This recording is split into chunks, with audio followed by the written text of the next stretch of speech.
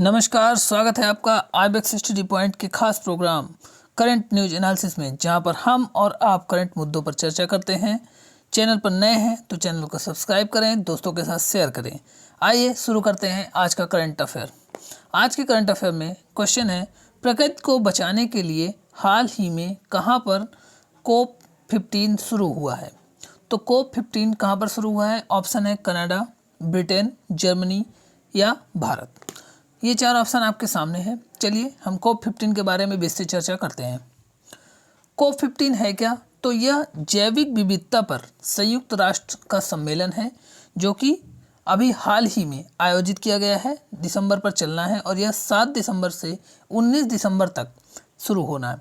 देखिए, जैविक विविधता और संयुक्त राष्ट्र सम्मेलन, इसको पार्टियों के सम्मेलन के रूप में भी जाना जाता है।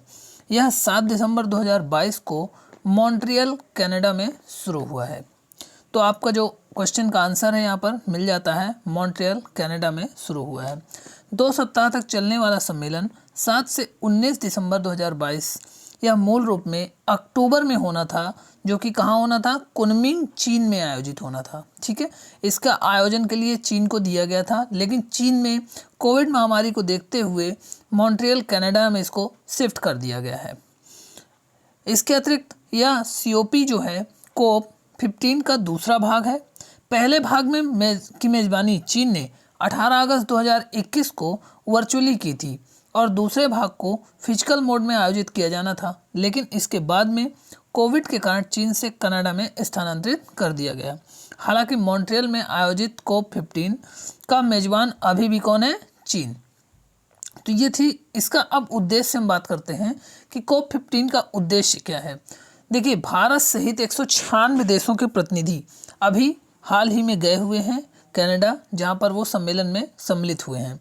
इसके अतिरिक्त जैविक विविधता सम्मेलन जो है, यह प्रकृति को बचाने पर केंद्रित होता है। यानी प्रकृति पर जो भी छेड़छाड़ हो रही है, उन सब से प्रकृति को बचाने के लिए एक पूरे सभी देशों के प्रतिनिधि आते हैं और आपस में बैठ कर के बातें करते हैं कि किस तरह से प्रकृति को बचाया जा सकता है और क्या क्या तरीके अपनाए जा सकते हैं।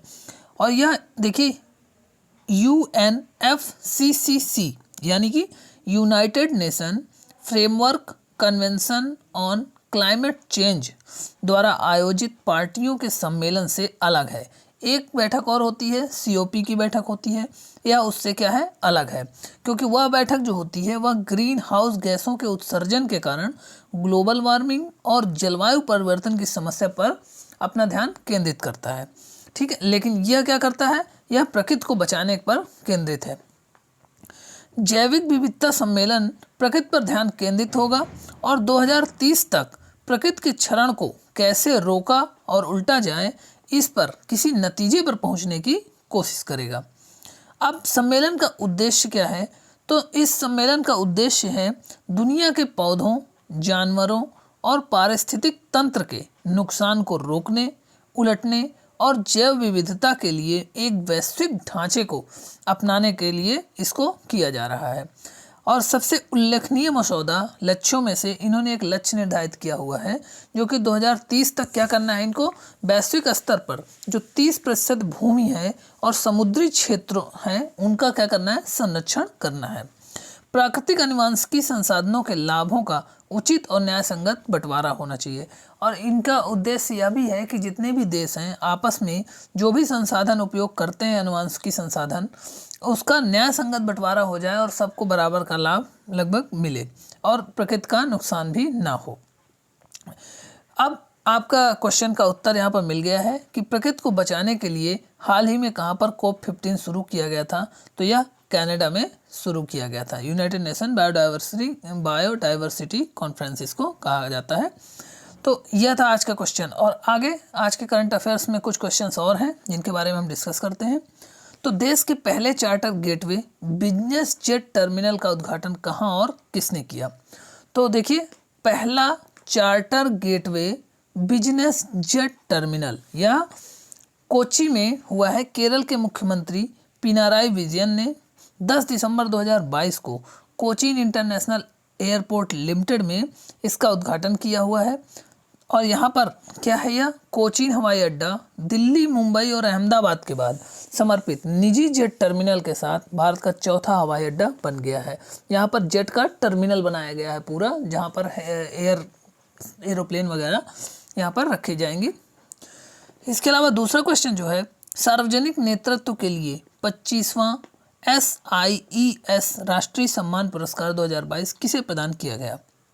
तो सार्वजनिक नेतृत्व के लिए पूर्व उपराष्ट्रपति M वेंकैया नायडू जी को राष्ट्रीय सम्मान SIES राष्ट्रीय सम्मान पुरस्कार दिया गया है। यह कौन सा सम्मान है? तो यह साउथ इंडियन एजुकेशन सोसाइटी द्वारा दिया जाता है यह सम्मान, और यह M वेंकैया नायडू जी को दिया गया है। अगला क्वेश्चन है, मोपा अंतर्राष्ट्रीय हवाई अड्डे का नाम बदलकर किसके नाम पर रखा गया? तो यह मनोहर पारिकर जी के नाम पर रखा गया है। मनोहर पारिकर जी गोवा के पूर्व मुख्यमंत्री हैं। तो प्रधानमंत्री नरेंद्र मोदी जी द्वारा 11 दिसंबर 2022 को उत्तरी गोवा के मोपा में अंतर्राष्ट्रीय हवाई अड्डे के पहले चरण का उद्घाटन किया गया है, और उन्होंने गोवा के दिवंगत मुख्यमंत्री और पूर्व केंद्रीय रक्षा मंत्री मनोहर पारिकर के नाम पर हवाई अड्डे का नाम रखा हुआ है। अगला अभी लेटेस्ट का क्वेश्चन और है, हिमाचल प्रदेश के नए मुख्यमंत्री के रूप में किसने शपथ ली है? तो यह सुखविंदर सिंह सुक्खू। कांग्रेस के पूर्व राज्य प्रमुख सुखविंदर सिंह सुक्खू को 11 दिसंबर को राज्यपाल राजेंद्र विश्वनाथ अर्लेकर द्वारा शिमला में हिमाचल प्रदेश के 17वें मुख्यमंत्री के रूप में शपथ दिलाई गई है। तो यह थे आज के करंट अफेयर के क्वेश्चन। अगर आपको हमारा यह सेशन अच्छा लगता है तो हमारे वीडियो को लाइक करें और चैनल को सब्सक्राइब करना ना भूलें। हमारे चैनल पर बने रहें और आगे आने वाले सभी वीडियो के लिए बेल आइकन को ज़रूर दबाएं। मिलते हैं अगले वीडियो पर, तब तक के लिए नमस्कार।